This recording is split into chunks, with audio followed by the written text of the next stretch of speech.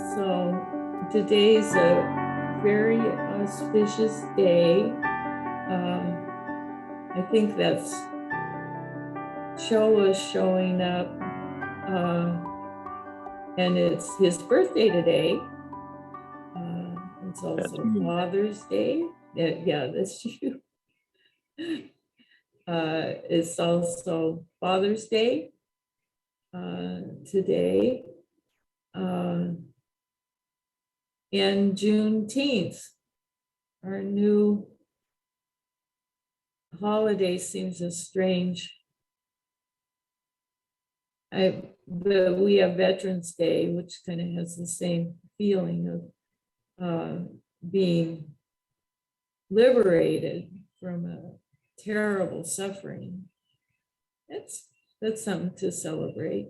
The end of, of course, it's not the end of slavery. There's still slavery, but the end of authorized, legitimate slavery. What a thing. What a horrendous thing. So happy that Juneteenth is now recognized as an official holiday. And thanks to all the fathers. And we together can thank our fathers, and thanks to Choa for getting older. So today, I want to talk about this koan, which is a very unique koan. For one thing, it comes from the Surangama Sutra, which is ancient, and this event that happened in this koan happened in India. So this is an old story.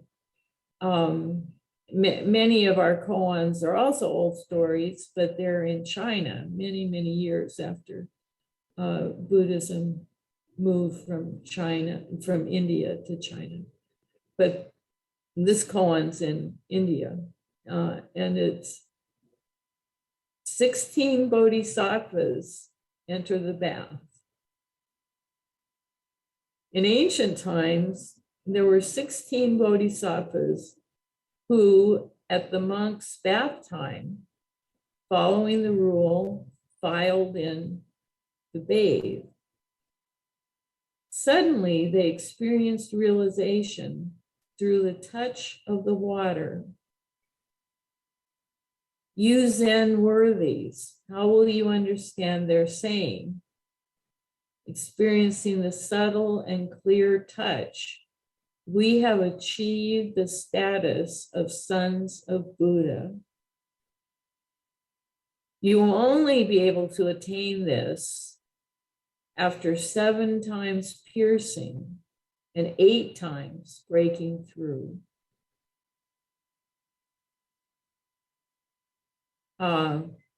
So obviously this is a story from India, from the Surangama Sutra, which is now presented in the Blue Cliff Record with using some of the Chinese wording. When I was in Zuioji, when I was at a monastery in Japan, we had bath time every day, which is unusual. It's usually once a week, but every day. And there's a big bathhouse, and the men went there and all entered. You shower first, and then you go and soak in the hot tub. And it was so cold there and no heat.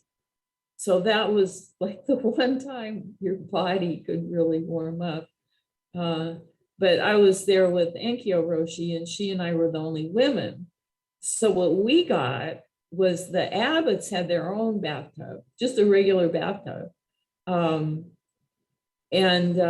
We got to go into the abbot's bath, the assistant abbot's bath, before he did. So Anki and I took turns who got to go first. But anyway, this is something that's gone on for a long time, at least in China and Japan. The ritual of bathing together, doing hot tub together, certainly a very Japanese thing to do, and part of the training program. So in this case, and I was reading the commentary, and I can't pronounce this man's name. It's Roshi Bodhin, Kjolhede, like from Iceland or somewhere. He's the successor of Kaplo Roshi. And he says this actually happened in India. So there's a good chance that the bath was cold. There's a good chance it was maybe going into the Ganges or something like that, because it's so hot in India. The relief would be going into a cold bath. But anyway, 16 people went into the bath and were simultaneously enlightened. And the reason I think this koan is so important is because I believe it's the only koan about mutual enlightenment. Usually koans are, there's a teacher and the student, and the teacher just hits a turning word or does something and the student gets it. Or there's the sound of a pebble and somebody gets enlightened. This is the only one I think of where the group got enlightened at the same time. And I think that's so important in this age of Zen, in maybe in the whole world, is we're really emphasizing the importance of Sangha, the importance of the Sangha treasure, and the importance of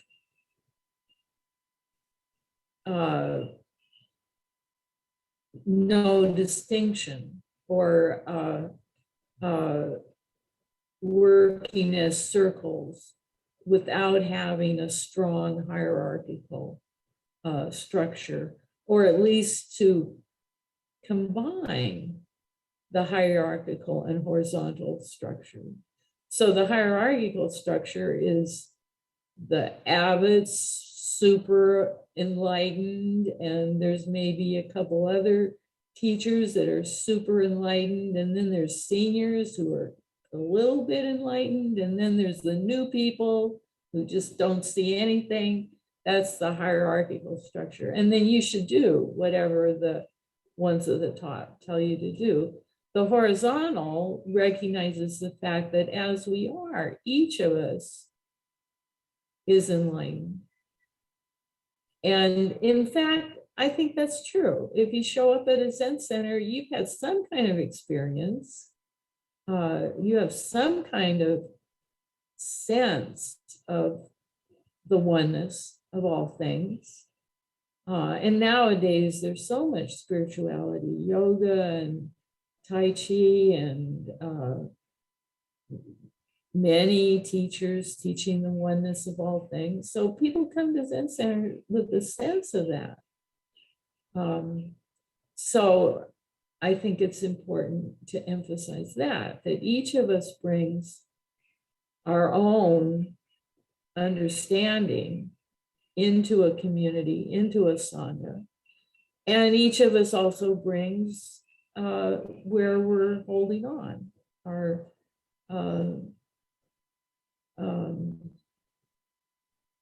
where we're holding on, our resistance. One thing that this Roshi said,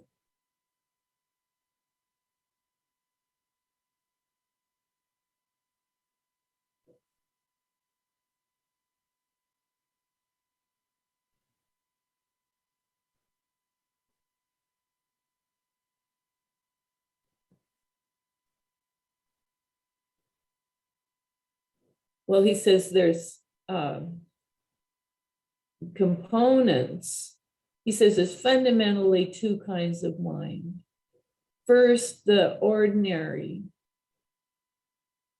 quotidian mind. I don't know what that word means. The ordinary mind, of which we are aware and which is entangled lifetime after lifetime in the snare of illusory perceptions and random thoughts. So, what we maybe call our deluded mind or our karmic mind.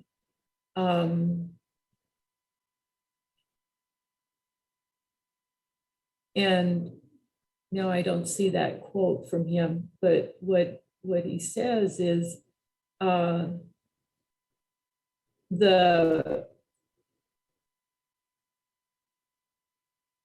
pure perception is not delusion. And we hear that sometimes, that like feelings are delusions, anger, desire are delusions. What he says is feelings are just pure perception.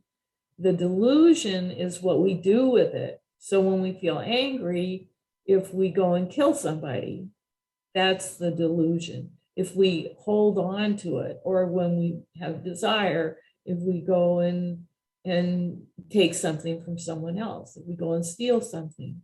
So just the perception is pure.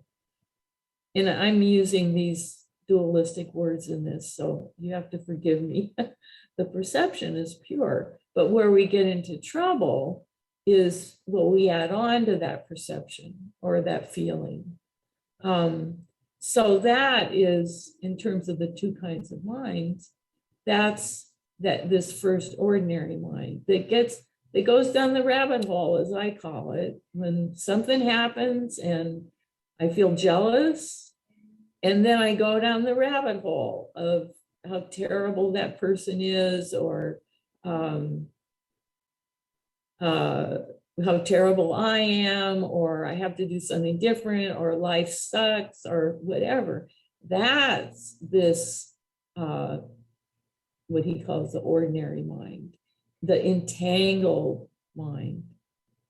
And then the second is the everlasting true mind, which is our real nature, and which is the state of Buddha.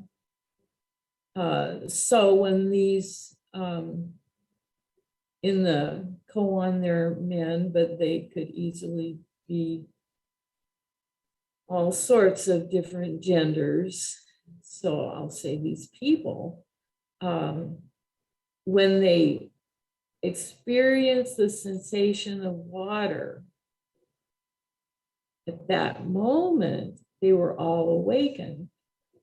And what does that awakening mean? It can easily be different for each person, but it's just seeing a little bit into that entangled mind, seeing a little bit of, as it is, everything's perfect. Oh, wow. And this is just anger, or this is just greed. And then I don't have to get entangled in it. I don't have to do the story. I don't have to do actions that get me in trouble. So just for a moment, these folks in the tub realize that together. So that's the point that I think is so important and so relevant for us, is in community. All of us have some insight. All of us have some amazing insight into the oneness of all things, and into the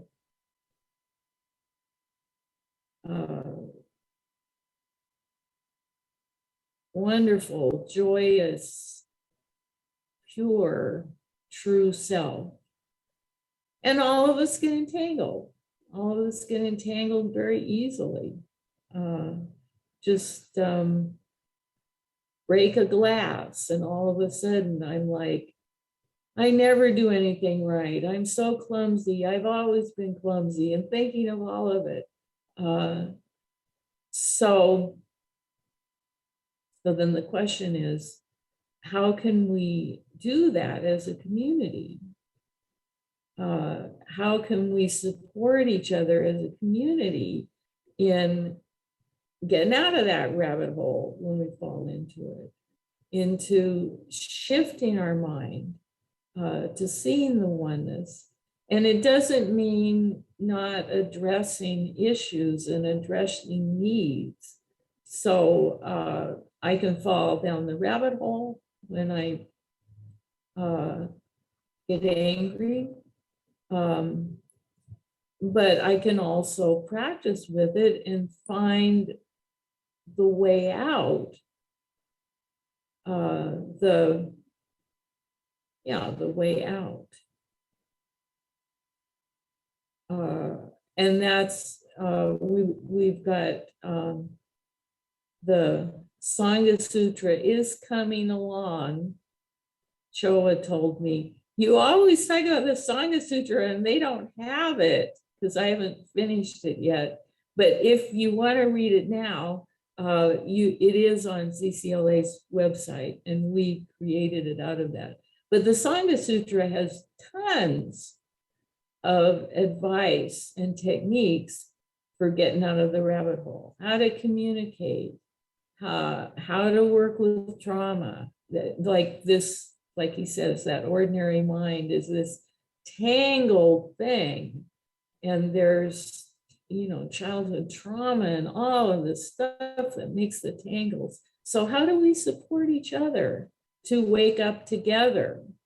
So the point isn't to support each other so one person becomes some great enlightened being. So we do it together, support each other together. That's why I love this koan. It's something Werner Erhard, I enjoyed the S training. There's a lot of things that were wrong with it, but it was very helpful to me. And that's one thing that Werner Erhard really emphasized is initially there's my insight into the oneness of all things and the meaninglessness of all the extra I put on what happens. But then the community works on waking up as a community, and then the world works on waking up. So he really emphasized collective awakening as essential to spiritual practice. If you just do it for yourself, that's okay. But what about do it with all beings?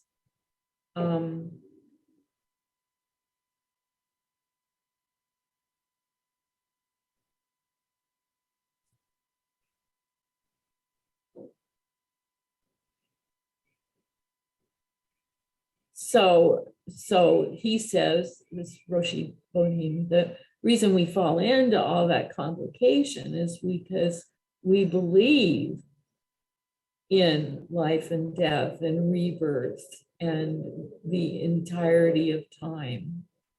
And this mind is dependent on perceived objects. It's dependent on getting the perfect partner, getting the degree, getting the car. And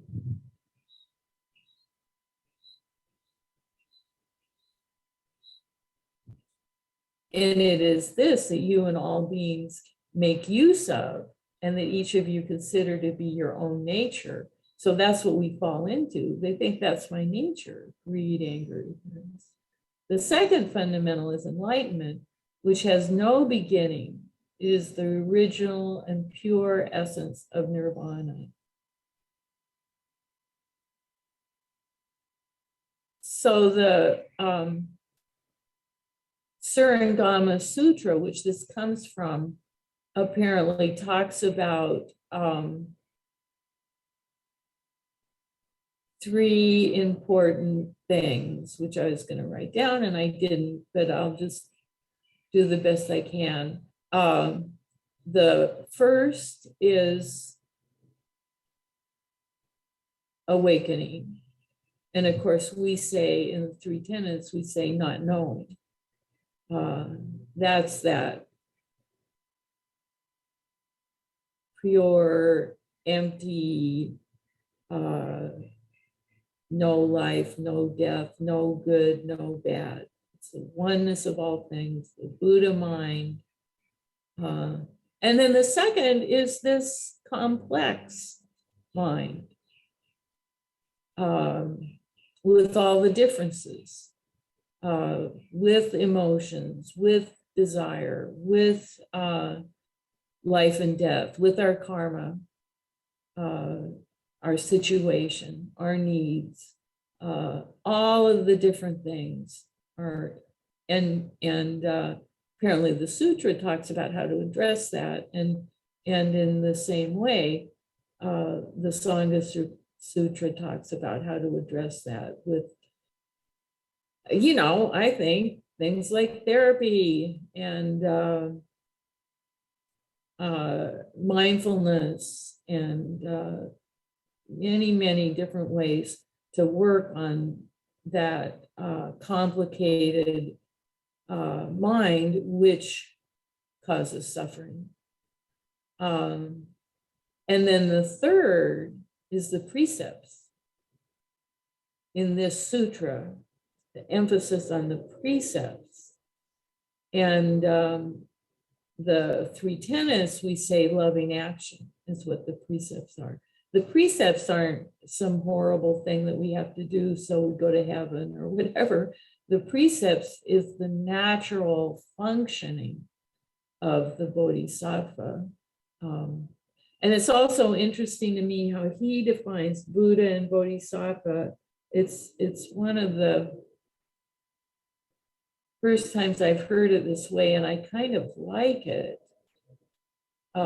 He says, we regard bodhisattvas as anyone through having awakened to their true nature is still at some level of the mind subtly attached to the notion of others who need help.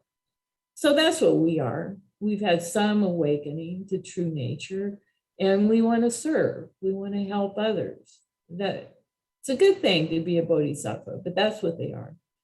A Buddha, which is very, very rare, he says, doesn't set out to help others.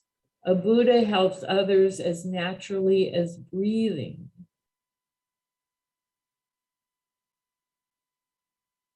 So it's not that the Buddha, which I had always heard, the Buddha's just realizes it's all one, and Buddha kind of doesn't care. Whatever it is fine. It's that Buddha doesn't think about that or see the differences. And to help others is helping yourself. It's just as natural as breathing. There isn't the thought, oh, I should pick up that trash. I always have that thought. I never just pick it up. So that's pretty much what I want to present. The main thing is this: